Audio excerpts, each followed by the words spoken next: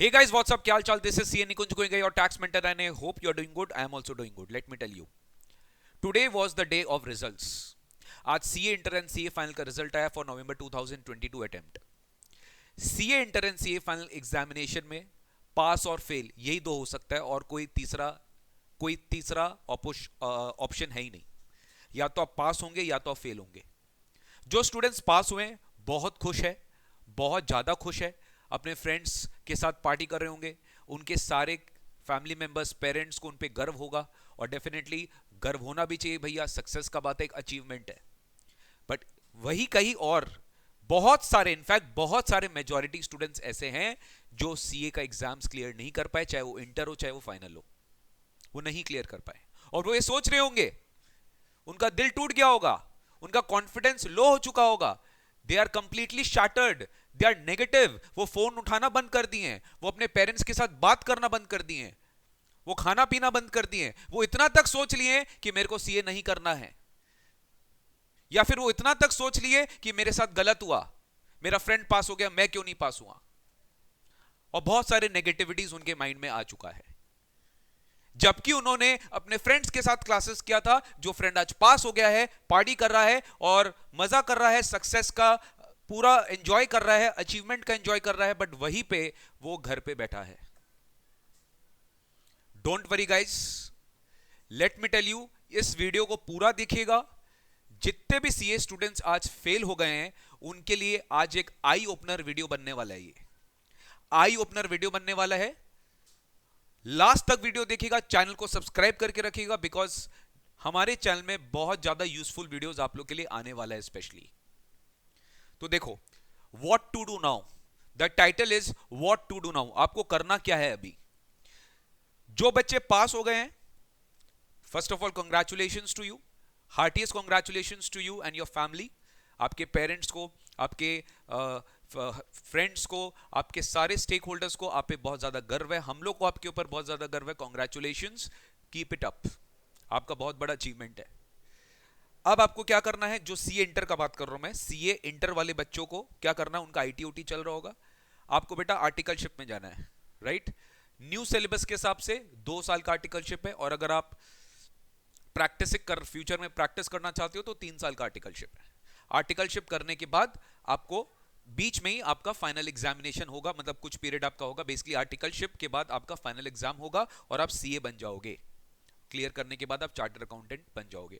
जो सीए बन चुके हैं, जो फाइनल एग्जाम्स क्लियर कर चुके हैं, वो ऑलरेडी सीए बन चुके हैं. या फिर जो फाइनल में अटक गए हैं, फाइनल में आज क्लियर नहीं कर पाए, तो वापस उनको री एग्जाम देना पड़ेगा. बट आज ये जो वीडियो बन रहा है, ये बन रहा है फॉर दीज स्टूडेंट्स. जो बच्चे आज फेल हो गए हैं उनका क्या. देखिए, मैं आपको बता रहा हूं, मैं बात कर रहा हूं स्पेशली सीए इंटर स्टूडेंट्स के लिए. जो बच्चे फेल हो गए हैं उनका क्या. सर कुछ नहीं, आप देखो, आप भी सीए बनोगे, लेकिन देखिए आपके जर्नी में क्या हुआ. आपके जर्नी में एक दूसरा और अटेम्प्ट आ गया, जो है मई 23. आप नवंबर 22 में अटेम्प्ट दिए, आप नहीं क्लियर कर पाए. इसका मतलब आपको एक और अटेम्प्ट देना है. आपने एक एग्जाम को फेल किया है, लाइफ में फेल नहीं हुआ है बाबा. लाइफ में फेल होना और एग्जाम में फेल होना में बहुत बड़ा फर्क है. It is an event, it is an event. आप जो भी नवंबर में एग्जाम दिए, आप उसको क्लियर नहीं कर पाए, दैट्स इट. क्या बड़ा बात हो गया इसमें. क्या मायूस बैठे हो अभी. जो अभी अभी हो गया भूल जाइए. सब कुछ बताने वालों इस वीडियो में कि क्या करना है आपको. टैक्स के बारे में भी बताने वालों कि टैक्स में क्या क्या अमेंडमेंट्स आपको पढ़ना है. वीडियो को लास्ट तक देखिएगा please, and press the bell icon button and share this video. Viral कर दीजिए video with all your friends, ताकि जितने भी फ्रेंड्स हैं आपके जो क्लियर नहीं कर पाए, स्पेशली मैं वीडियो उन्हीं के लिए बना रहा हूं. क्योंकि सर बहुत जगह आपको मिल रहा होगा कि ये रैंक लाया, वो रैंक लाया, वो रैंक लाया, वो रैंक लाया. सब यूट्यूब चैनल्स फ्लडेड है विद रैंकर्स वीडियो, बट बहुत कम ही चैनल में आपको मिलेगा कि भैया जो फेल हो गए हैं उनके लिए क्या. But don't worry, we are with you till the end. आपको पास करा के छोड़ेंगे. तो सर आपके लिए बस एक नया अटेम्प्ट और ऐड हो गया और कुछ नहीं है. मई 23 आप मई 23 में एग्जाम देंगे, पास होंगे, आपके लिए भी यही जर्नी स्टार्ट हो जाएगा, फिर आप आर्टिकलशिप फाइनल सीए बन जाओगे। तो सर आपके भी आपके साथ और आपका जो फ्रेंड जो सीए आज बन चुका है, आई मीन जो सीए इंटर आज क्लियर कर चुका है, उसमें क्या फर्क है? कोई फर्क नहीं है। वो सीए आपसे एक अटेम्प्ट जल्दी बनेगा, दैट्स इट। एक अटेम्प्ट क्या मतलब है, सीए आप भी बनोगे वो भी बनेगा। एंड ट्रस्ट मी, मुझे more than 5 years of experience in corporate, मैं ईवाई में 2 साल काम कर चुका हूं, आर्टिकलशिप मैंने डीबी देसाई में किया था, एंड वहां पर मैंने सीखा ये चीज, मुझे पता चला वहां पे जाके चीज कि भाई attempt does not matter in your job. Maximum initial year में, वो भी 1 साल मैटर करेगा, उसके बाद मैटर नहीं करेगा। उसके बाद आपका स्किल सेट मैटर करेगा, आपका नॉलेज मैटर करेगा, एंड आपका कम्युनिकेशन स्किल्स मैटर करेगा, बहुत सारे चीज मैटर करेंगे। बट एटलीस्ट ये एग्जाम का जो एक गैप है, ये जो टर्म है, this will definitely not matter, let me tell you guys. तो प्लीज प्लीज हिम्मत मत हारिए। जो भी बच्चे फेल हुए हैं, आपको दोबारा से मई 23 टारगेट करना है। मैं एकदम सिंपल बात बोल रहा हूं, ठीक है। अब मैं बात करने जा रहा हूं सर कि अब आप बताइए सर हमें क्या क्या करना है। अब से हमें बताइए कि आज आपका रिजल्ट आया, मई में आपका एग्जाम है सीए इंटर का, आपको क्या करना है? What you have to do, what you have to do, आपको क्या करना है? सबसे पहला काम तो रोना धोना जो करना है आज कर लो। कल से रोना धोना नहीं है, जितना रोना है जी भर के रो लो। जिसके सामने आंसू बहाना है, जी भर के आंसू बहा लो। Because from tomorrow you will not waste your time in all this things. जितना रोना रो लो। मैं तो बोलता हूं रोना अच्छा होता है, रोने से क्या दिल हल्का हो जाता है, मन हल्का हो जाता है, फिर आदमी एक्साइटेड हो जाता है कि अपना जो उसका टारगेट है कि उसे इंटरमीडिएट का एग्जाम क्लियर करना, उसके लिए वो बहुत ज्यादा एक्साइटमेंट हो जाता है। तो रो रहे, जितना जी भर के रोना रो लो। कल से क्या करना है? सबसे पहले शांति दिमाग से, चाहे 2 दिन लगे, 3 दिन लगे, 4 दिन लगे, please make a list, please make a list of your mistakes. Normally students क्या करते हैं, तुरंत पढ़ना स्टार्ट कर देते हैं। अरे भैया रिलैक्स, आप स्मार्टली पढ़ोगे। आपको पता है कि आपने अभी अभी जो एग्जाम दिया था, आपने क्या मिस्टेक किया, आपके पास आपका मार्कशीट है, आपको पता आपने लास्ट अटेम्प्ट में क्या किया है, क्या नहीं किया है, क्या मिस्टेक्स है, यू नो एवरीथिंग।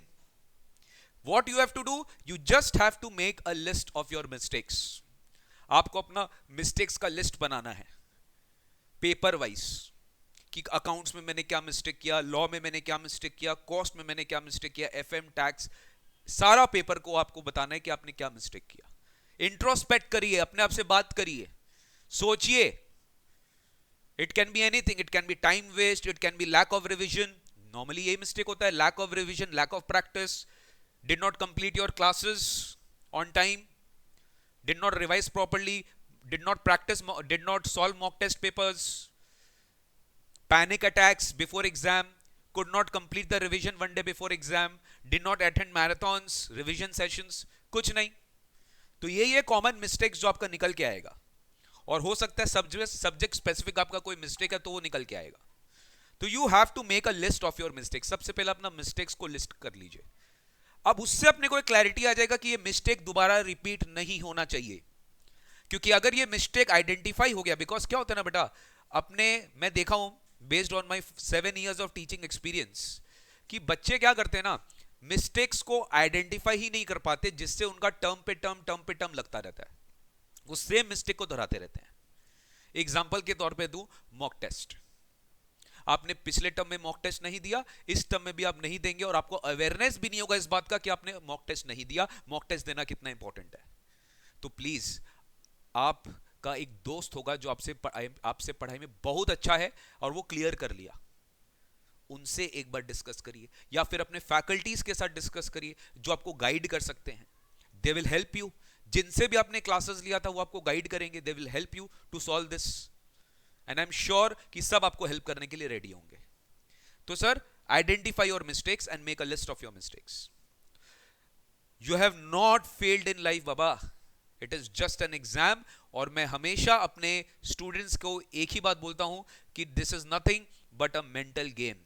एग्जाम्स क्या है बेटा, खाली मेंटल गेम है। मैं 100% गारंटी के साथ बोलता हूं, मेरे जो भी स्टूडेंट्स आज फेल हुए ना, वो बिल्कुल फेल के हकदार नहीं थे। चाहे वो मेरे से पढ़े होंगे, चाहे वो किसी और टीचर से पढ़े होंगे। आज जो भी स्टूडेंट्स फेल हुआ है, मेजॉरिटी स्टूडेंट्स जो फेल हुआ है, हो सकता है कोई स्टूडेंट होगा जो ऐसे एग्जाम देने चला गया तो बात अलग है, बट जिन्होंने मेहनत किया है और वो फेल हुआ है, वो ऐसे ही फेल नहीं हुआ है, कहीं ना कहीं एग्जाम के पहले एग्जीक्यूशन में बेटा मिस्टेक हो गया था। I am very very very much confident कि आपका एग्जीक्यूशन में कहीं ना कहीं इशू हो गया था, आप ठीक तरीके से एग्जाम पेपर सॉल्व नहीं कर पाए। आप प्रिपेयर्ड थे, आप एग्जीक्यूशन में कहीं ना कहीं गड़बड़ किए थे, एंड उसके लिए अपने को क्या करना पड़ता है, उसके लिए अपने को प्रैक्टिस करना पड़ता है। For that we have to do practice. जितना ज्यादा अपने प्रैक्टिस करेंगे उतना ज्यादा अपने लिए अच्छा होने वाला है। Practice makes man perfect. जितना ज्यादा, जैसे अकाउंट्स में practice practice and practice, that's the only thing which you have to do. Theory papers में revision revision and revision, that's the only thing you have to do. Cost FM वाले subjects में conceptual clarity होनी चाहिए सब चीज की, that's the only thing you have to do. तो हर एक पेपर का एक अपना एक इंडिपेंडेंट रिक्वायरमेंट रहता है जो आपको फुलफिल करनी होती है। इसमें से किसी भी एक पेपर में अगर आपका मिस्टेक हो जाता है तो गई, वहीं पे आपकी नैया डूब जाती है। तो अपने को सब कुछ में बैलेंस करके चलना पड़ेगा। ऐसा नहीं कि एक पेपर में बहुत बढ़िया, एक पेपर में अच्छे नहीं है, बाद बाकी पेपर में अच्छे हैं। जैसे इस बार टैक्स में मेरे ही पेपर में बहुत मार्क्स कम आया सबका। क्यों? क्योंकि एक तो पहला रीजन टैक्स का पेपर थोड़ा डिफिकल्ट था, दूसरा टैक्स में एनीवे सबको एग्जाम फियर रहता है कि भैया प्रोविजंस इतना पढ़ाया सर ने, याद होगा कि नहीं होगा, दूसरा रिलेट कर पाएंगे कि नहीं रिलेट कर पाएंगे, तो बहुत सारे फैक्टर्स हो जाते हैं। कॉस्ट एफएम अकाउंट्स इजीली सबका निकल जाता है, बट टैक्स में जनरली सबको बहुत डर लगता है। तो you have not failed in life, please अपने आप को फेलियर मत मान लिए। You are not failed in life, it is just an event, it was just an exam, you could not clear, you will again appear in May 23, not a problem यार, क्या दिक्कत है उसमें। Don't loosen up now. काफी सारे students, जैसे अभी मेरे पास बहुत सारे स्टूडेंट्स मिलने आए थे, उन्होंने बोला कि सर अब हम तो ग्रुप 2 नहीं दे सकते, एक किसी का ग्रुप 1 क्लियर हुआ है, हो सकता है ग्रुप 2 क्लियर नहीं हुआ, किसी का दोनों ग्रुप क्लियर नहीं हुआ है। तो मैंने उनको एक एग्जांपल दिया, आप ये सोचिए आपका ग्रुप 1 क्लियर हो गया है, आपका ग्रुप 2 क्लियर नहीं हुआ है, तो ऐसे ऐसे बहुत स्टूडेंट्स हैं जिनका दोनों ग्रुप क्लियर नहीं हुआ, सोचो उनका क्या हालत हो रहा होगा। तो वैसे ही बच्चा, स्टूडेंट्स लोग को मैं बोलना रिक्वायरमेंट बोलूंगा कि जो दोनों ग्रुप क्लियर नहीं कर पाए हैं, भाई ऐसा कुछ भी नहीं है कि आपका May 23 में नहीं होगा, जस्ट आपको प्लानिंग करनी पड़ेगी प्रॉपर्ली। तो अभी लूजन अप का टाइम गाइस बिल्कुल भी नहीं है, please don't loosen up, don't loosen up. अगर आप लूजन अप हो जाओगे अभी, तो डेफिनेटली आपकी सेल्फ कॉन्फिडेंस की धज्जे उड़ जाएगी, मैं बता रहा हूं।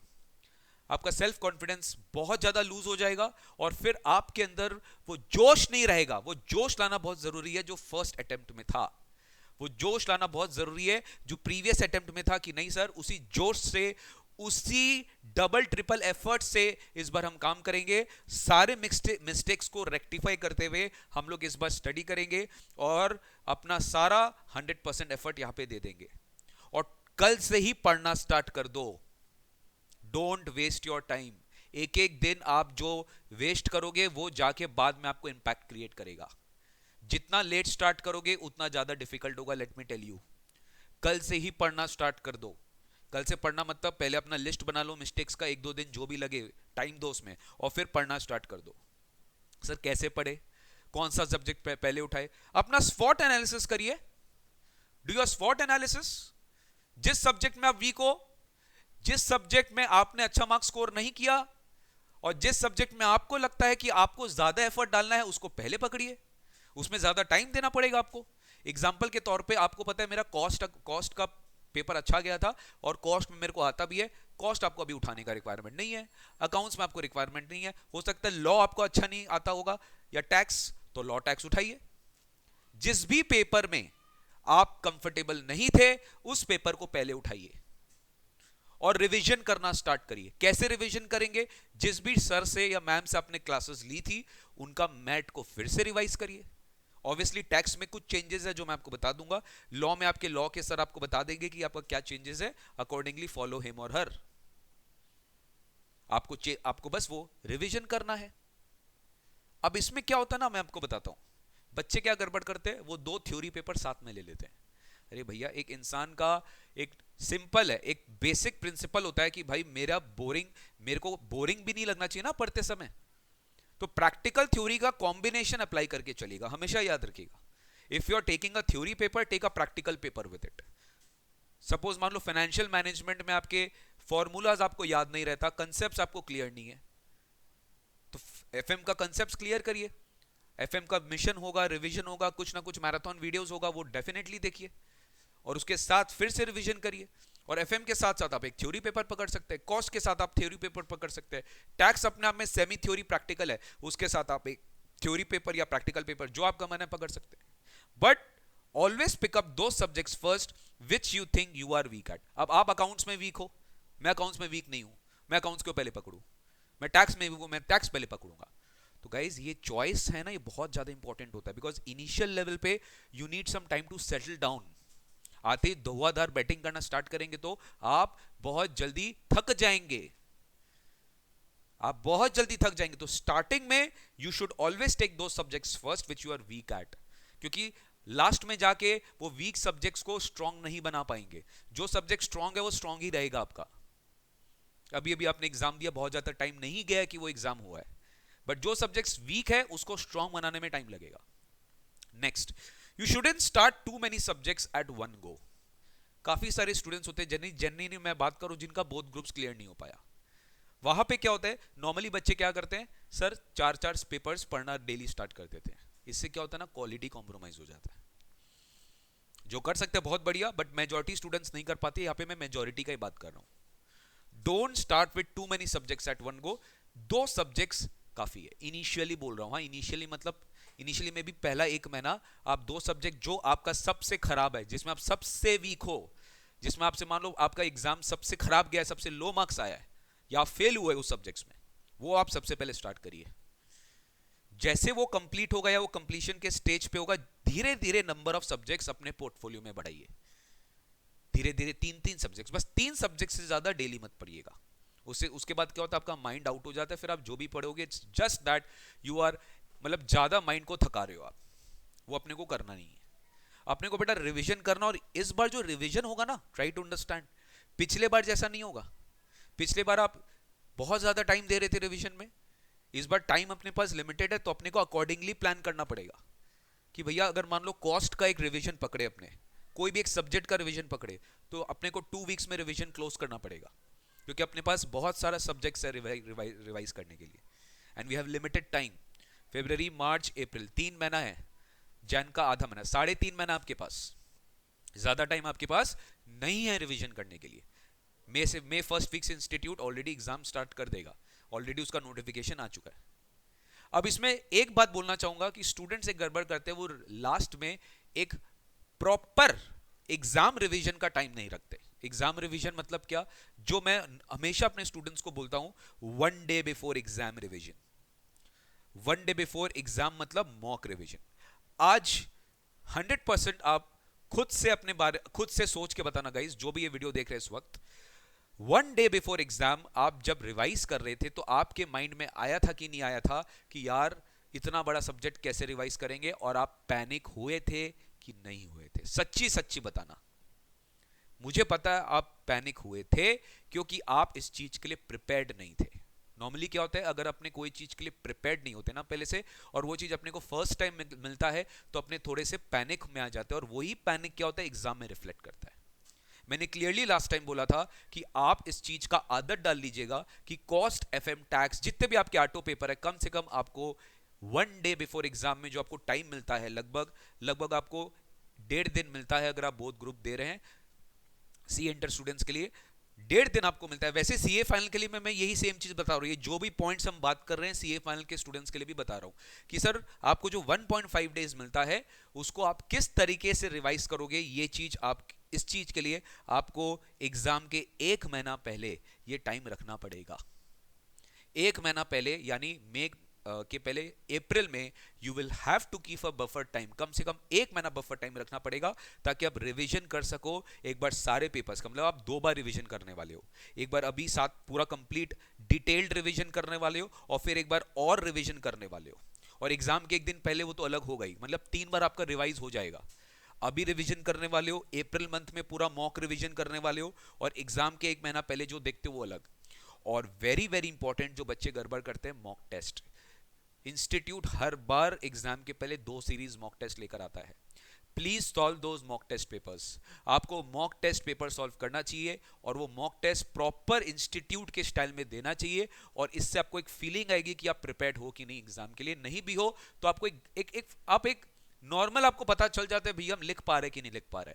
Everything which you know, everything which is there in your mind, it is not at all sure कि आप उसको कन्वर्ट कर पाओगे क्या रिटन English language में। Ultimately your exam is not a viva exam, it is a written exam. So if it is a written exam, you have to practice, especially like theory papers। law हो गया, audit हो गया, tax हो गया, EISM हो गया CA inter में, right, या इलेक्टिव पेपर हो गया CA फाइनल में। यहां पर आपको डेफिनेटली लिखने की हैबिट होनी चाहिए। अगर आप लिख नहीं पाओगे एग्जाम में जाके आप फॉल्ट कर जाओगे, आप डेफिनेटली पैनिक हो जाओगे कि मैं लिख नहीं पा रहा हूं, I am not able to write, although I know but I am not able to express my self in correct English language. काफ़ी स्टूडेंट्स का जिनका इंग्लिश इतना क्लियर नहीं होता, या फिर वो स्पोकन इंग्लिश या फिर रिटन लैंग्वेज वो ठीक से एक्सप्रेस नहीं कर पाते अपने आप को, तो डेफिनेटली वहाँ पर उनको ये इश्यूज होती है। तो आई एम श्योर आप ये समझेंगे कि भाई रिविजन और मॉक टेस्ट का इतना इंपॉर्टेंस है। तो ऐसा नहीं होगा कि एक बार दो बार कर लिया हो गया, कम से कम 3 से 4 बार आपको रिवीजन करना चाहिए। ये मैं आपको एक स्टैंडर्ड बता रहा हूँ, आप जितना ज़्यादा रिवाइज कर सकते हो उतना ज़्यादा बढ़िया है, जितना बार रिवाइज करोगे उतना ज़्यादा आपका ब्रेन्स में वो थिंग्स रहेंगे। प्रैक्टिस करना बहुत ज़रूरी है, मैं बता रहा हूँ, written practice is very very important, don't neglect it at all. Sir अब मुझे बताइए ICI का जितना भी पास्ट टर्म पेपर्स है या रिवीजन टेस्ट पेपर्स है या मॉक टेस्ट पेपर्स है या इंस्टीट्यूट के मैट में अगर आप चेक करोगे तो इंस्टीट्यूट हर चैप्टर के एंड में एक लेटेस्ट रिकैप्चुलेट बोल के सेक्शन दिया, कम से कम टैक्स में तो दिया है, मुझे अदर पेपर्स का पता नहीं है, और इंस्टीट्यूट के बुक में बहुत अच्छे अच्छे इलस्ट्रेशंस दिए हुए हैं। मैं आपसे रिक्वेस्ट करता हूं कि प्लीज इंस्टीट्यूट का पास्ट टर्म पेपर्स कम से कम बता रहा हूं 4 अटेम्प्ट्स तक देख के जाना, MTPs 4 अटेम्प्ट्स तक देख के जाना, RTPs 4 अटेम्प्ट्स तक देख के जाना, खाली प्रैक्टिस के लिए देख के जाना मतलब कुछ क्वेश्चन सॉल्व कर लेना, कुछ क्वेश्चन देख लेना, जितना ज्यादा आप कर सको। इलस्ट्रेशंस बेसिकली जो प्रैक्टिकल क्वेश्चन इंस्टीट्यूट के मैट में एट द एंड काफी बार इंस्टीट्यूट डायरेक्ट क्वेश्चन वहां से दे देता है, तो वो देख लेना। अगर आपके पास प्रैक्टिस करने का टाइम नहीं हो तो आप ये देख लेना। प्रैक्टिस करने का टाइम कैसे नहीं होगा आपके पास, आप एग्जाम के 1 महीना पहले करोगे क्या, आपको प्रैक्टिस ही तो करना है। जितना ज्यादा प्रैक्टिस करोगे उतना ज्यादा अच्छा आपके एग्जाम के पहले। बट बच्चे क्या करते हैं, अपना सारा टाइम क्लासेस पे, अपना सारा टाइम 1-2 सब्जेक्ट पे ज्यादा फोकस करके गलती कर देते हैं। आपको सारा सब्जेक्ट्स पे फोकस करना है। लेट मी टेल यू, कोई भी एक सब्जेक्ट अगर इधर उधर हुआ तो वहीं पे प्रॉब्लम आ जाएगा, तो don't do this mistake please, ठीक है। आठों सब्जेक्ट को अपने को बैलेंस करते हुए चलना है, तभी अपना आगे बात बनेगा। अब अपने बात करते थोड़ा टेक्निकल कि सर टैक्सेशन में मुझे बताइए, टैक्सेशन में कोई अमेंडमेंट है क्या, टैक्सेशन में कोई अमेंडमेंट है क्या, ये सबसे इंपॉर्टेंट क्वेश्चन है ऑफ द डे। कि सर हम नवंबर 22 में एग्जाम दिए थे, अब मई 23 में एग्जाम देंगे, तो टैक्सेशन में कोई अमेंडमेंट है क्या, ये हमें बताओ। तो सुन लो गाइस, जो भी बच्चे पहले एग्जाम दिए थे वो पहले फाइनेंस एक्ट 2021 के हिसाब से एग्जाम दिए थे, ठीक है।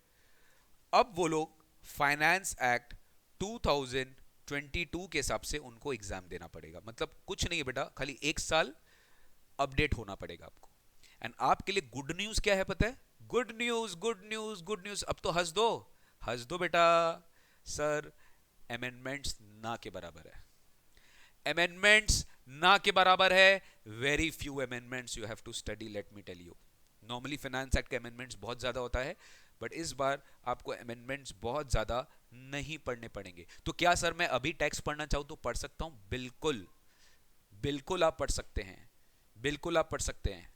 सर क्या आप हमें अलग से अमेंडमेंट क्लासेस कराओगे? अरे बिल्कुल कराएंगे भाई, आप टेंशन क्यों लेते हो, सब कुछ कराया जाएगा आपको। Amendment classes and all, everything will be done. Finance act 22 में, फाइनेंस एक्ट 22 का अमेंडमेंट्स हम लोग पढ़ेंगे, वो आपका DT IDT दोनों में ही, ऑब्वियसली फाइनेंस एक्ट 22 में दोनों में अमेंडमेंट्स है। नेक्स्ट, फिर इंस्टीट्यूट जो आप लोग के लिए obviously for your term, for May 23 term, 1 May 22 से 31 अक्टूबर, यानी आप लोग 30 अप्रैल तक का अमेंडमेंट्स पढ़ के रखे थे, राइट 22। अब 1 May 22 से 31 अक्टूबर, ये टाइम पीरियड में जो नोटिफिकेशंस एंड सर्कुलर्स आया है वो भी आपके एग्जाम के लिए रेलेवेंट होगा।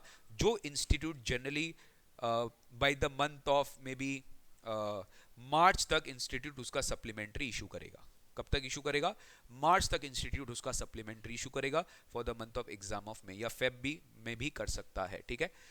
डोंट वरी गाइस, जो भी होगा जैसे भी होगा, हम लोग इसका पूरा का पूरा आपको अमेंडमेंट नोट्स चैप्टर वाइज और इसकी सारी की सारी क्लासेस आपके लिए हम यूट्यूब में करवाएंगे, ठीक है। Don't worry, everything will be done for you, you just don't worry about it.